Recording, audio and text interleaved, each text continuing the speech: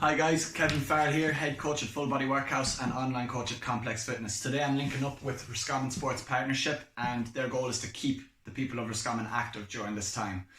So we are on part 3 of the series Work Desk to Workout, and before I touch on this I'm just going to go over exactly what we did over the last few weeks. So on week 1, if you want to scroll down and watch those videos, week 1 was a bit of a whiteboard session like this where I talked about the negatives of being inactive, how to negate that, very simple steps. I gave a few tips that you can do daily and weekly to negate that, ways to get active, both structured and unstructured.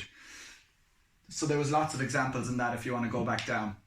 Then last week, in week 2, we took one heading of structured exercise, went through kind of the importance of it very briefly, and then we went through a sample session that could take you anywhere from 20 to 30 minutes. Any level can do it. You can take it as slow as you like. All you need is yourself and a bottle of water, and that's plenty. Now, today the talk is on the other side of things, which is the importance of your unstructured activity or your activity throughout the day rather than that 1 hour window that you train in or that you target for training. So before we go into all that, it's important to understand certain things like energy balance, metabolism, and a few little definitions we're going to run over before I jump into the study part of the whiteboard session here. So first of all, looking at metabolism. Metabolism is the sum of all the biochemical processes that occur in the body. Metabolic rate, the rate at which your body burns calories. So this is important to know that when we're exercising, although it might feel like we're using a lot of energy to do so, when you look throughout the 24 hours of the day, it's only a small percentage of energy being used there. And energy is just another word for calories. So you can look at them both the exact same way. Calories are energy, energy are calories. So in part 1, I spoke about unstructured exercise a small bit, and today a big part of it is going to be on what's called non-exercise activity thermogenesis.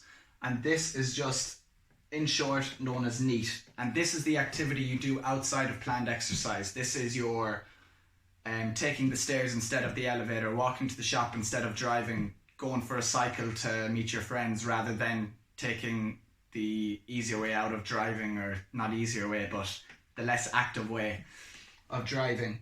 So just to go over a few points here before we jump in the study. NEAT is just another word for unstructured. Unstructured equals unplanned exercise, and all of that is also known as spontaneous activity. I just wanted to put them all together because they use the term spontaneous activity in this study we're looking at.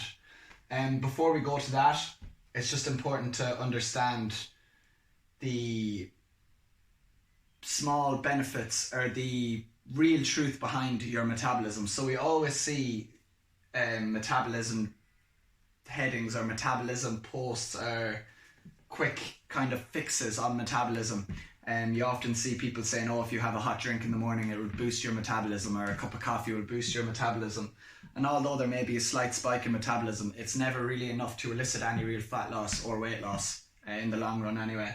So before I jump here, just some simple things you can do for your metabolism. Again, it's all basic and it's all pretty free. Good sleep, activity throughout the day, exercise frequently, within your limits of course. Eat a good diet, and a good diet consumes of quite a lot of unrefined, non-processed foods, so foods with lots of vitamins and lots of fibre. And higher protein as well, obviously is good for your metabolism. So that's just a few points on that before we jump over. So a study was done, first of all, well, there's been lots of studies done, but the biggest one really was in 2007 by Dr. James A. Levine, and this was in the Journal of Internal Medicine, and its basis was on spontaneous activity and the comparisons between people who have more spontaneous activity than another. So I'm going to give an example before I go through this. You have 2 males, both 80 kg, same age, same everything, pretty much identical. One of them sits in an office all day. One of them works in construction all day. The guy who sits in the office then goes home and might sit down and watch a little bit of Netflix, or might sit down and watch some TV and relax. The odd time might go out for a walk. The guy who works in construction, who racks up a lot of movement throughout the day, comes home, rests for a while, might go to the gym, or might go and play football with his friends or something. So what you're looking at there are 2 people with completely different energy demands. So one of them, I'm just going to throw out 2 numbers. The guy in the office all day who does little movement in the evening might burn up on 2,000 calories a day. I'm just going to take that round number. whereas the other guy might be up near 3,000, 3,200 a day, roughly. So what it did was it looked at the difference between people with spontaneous activity.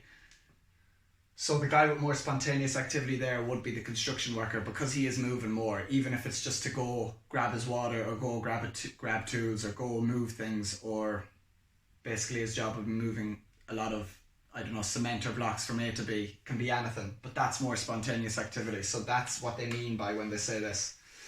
So it found NEAT. So NEAT again is your non-exercise activity thermogenesis, varies by up to 2,000 calories between people of similar size due to activity outside of exercise. Another study in 2017 by the Journal of International Society of Sports Nutrition showed that NEAT, again, over there, NEAT can contribute up from 15 to 50% of your total daily energy expenditure. So that's the really important part. So your total daily energy expenditure is how many calories you burn in a day and how you burn them.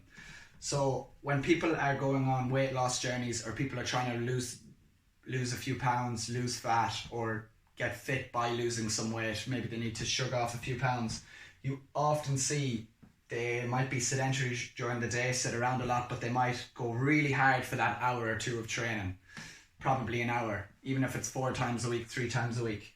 So it's important to understand how your body is actually burning off these calories or this energy.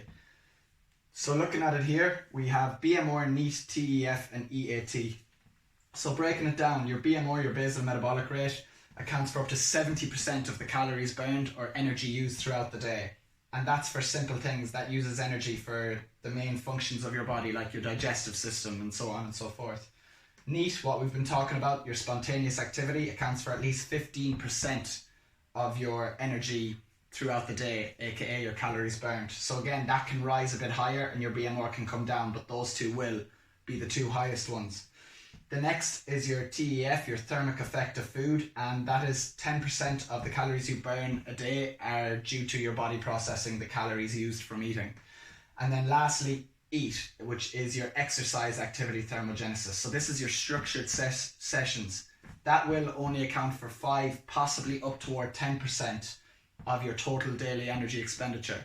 So for the amount of work you're putting into those 3 or 4 sessions a week, max its own account for is only 10% of your weekly calories burned. So what you want to do is look at everything else and get that house in order as well. So a simple way I like to talk about this is there are 168 hours in a week. Your 4 structured sessions, probably an hour a piece at max.